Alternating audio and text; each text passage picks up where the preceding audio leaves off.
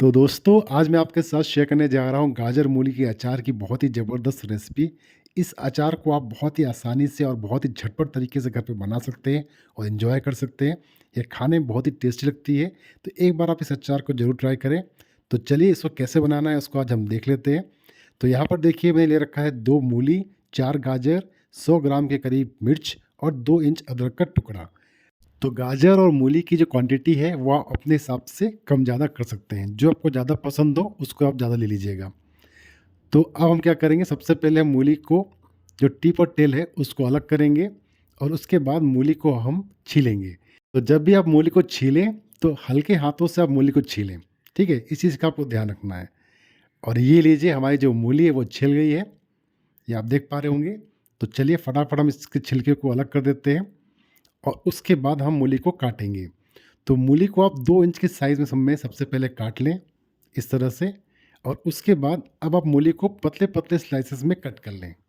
तो इस तरह से आप मूली को पतले-पतले स्लाइसेस में काट लेंगे और मूली को काटने के बाद चलिए इसको हम फटाफट एक बाउल में ट्रांसफ़र कर लेते हैं और इस मूली को रखते हैं फ़िलहाल के लिए साइड में। अब हम चलते हैं गाजर को काटने के प्रोसेस में। तो गाजर का भी आपको टिप और टेल को अलग करना है, जैसे आपने मूली का किया था। और उसके बाद गाजर को भी आप हल्के हाथों से छील लें। ठीक है? तो इसी तरह से हम सभी गाजर को पहले छील लेंगे और उसके बाद फिर इसको हम काटेंगे। और ये देखिए हमारा जो गाजर है वो छिल गया है, ये आप देख पा रहे होंगे।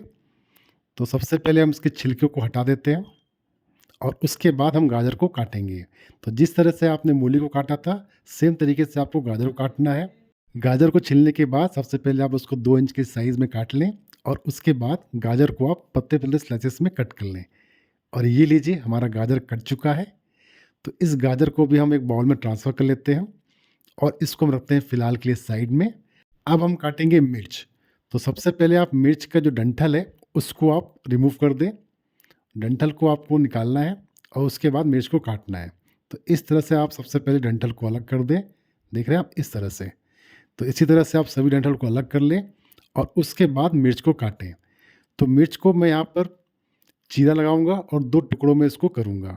आप चाहें तो मिर्च को छोटे-छोटे पीसेस में भी काट सकते हैं, ये आपके ऊपर है। जैसा आपको अच्छा लगे उस तरह से आप मिर्च को काट लीजिएगा। तो फिलहाल के लिए मैं यहाँ पर मिर्च में लगा रहा हूँ चीरा और इसको लंबे-लंबे स्लाइसेस में काट रहा हूँ।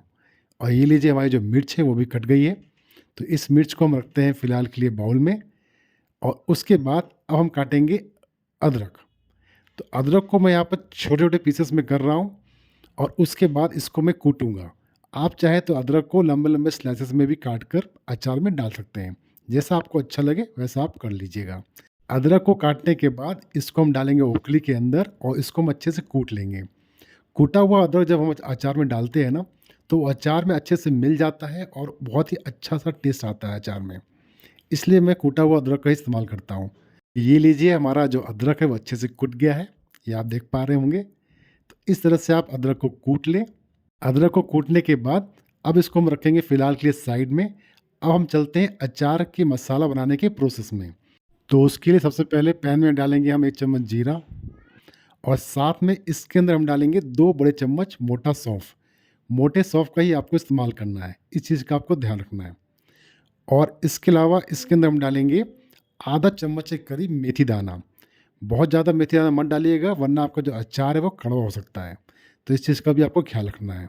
इसके अलावा इसके अंदर हम डालेंगे 2 से 3 बड़े चम्मच खड़ा धनिया और साथ में इसके अंदर हम डालेंगे 2 से 3 बड़े चम्मच राई दाना। आप चाहे तो पीली राई का भी इस्तेमाल कर सकते हैं। तो अब आप गैस को ऑन करें और गैस को मीडियम टू लो फ्लेम पर रखें और मसालों को आप अच्छे से सेक लें।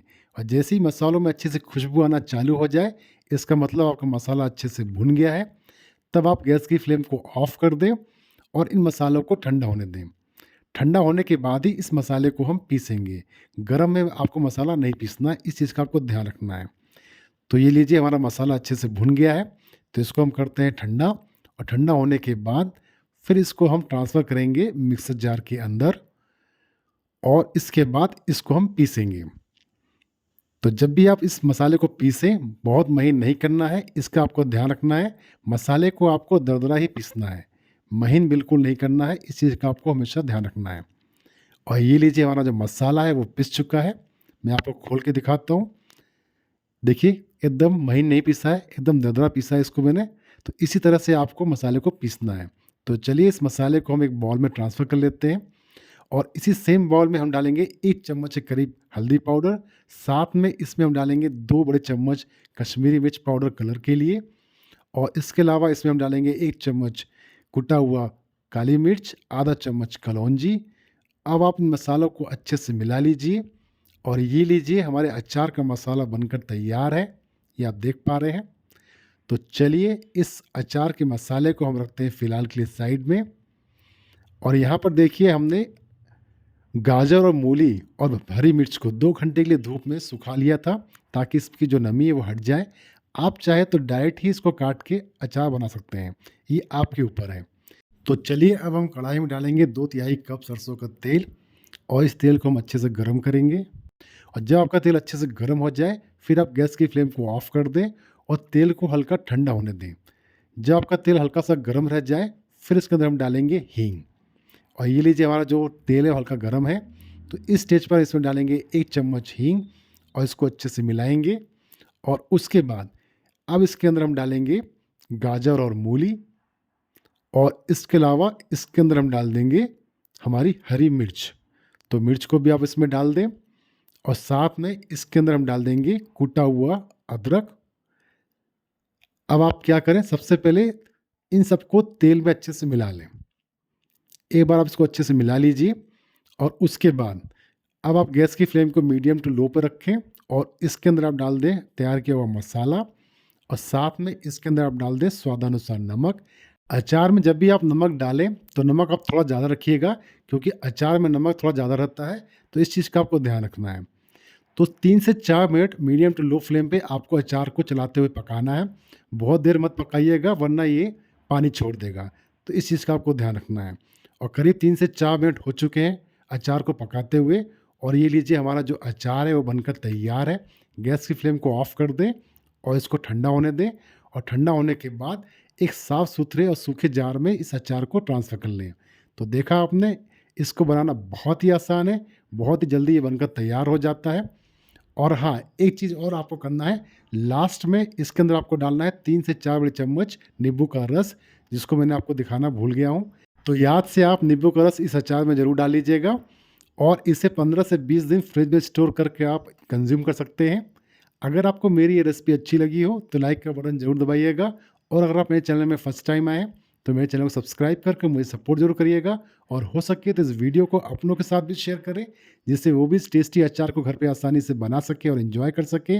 तो चलिए फिर मिलते हैं नेक्स्ट वीडियो में नए रेसिपी के साथ, तब तक के लिए बाय बाय।